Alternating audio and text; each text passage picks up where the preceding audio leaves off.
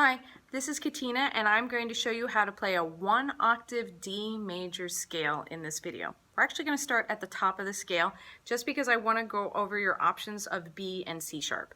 So you have this low B, okay? So you have your register key down and your pinky on the bottom for the right hand. Then C sharp D is one option, or you can do B here, C sharp here, and then D. This is the one that I prefer to teach my students because when you have B, your standard B fingering, you're more likely to hit this fingering when you're nervous in a band test or sight reading than this one, which is usually new for beginning students. So we have B, C sharp, D.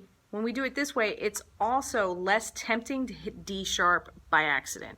Once we get into 4 sharp, 5 sharp scales, it becomes tempting to hit this one in scales that don't have that many sharps. So that's another point to take into consideration.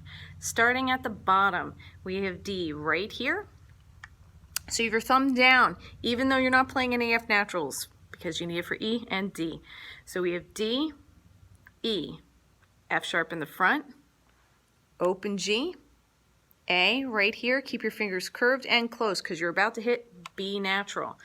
When you play B, you don't need the C key down. We teach a lot of people to do it in the beginning because it works nicely in the C scale and the G scale, but for the D scale, you need to have a C sharp ready to go. So if you leave this one here, you're going to have to slide. So just keep B here, C sharp prepped, play C sharp, and then D. C sharp on your way back down, B, A right here, keep this hand looking good too, G, F sharp, E, D.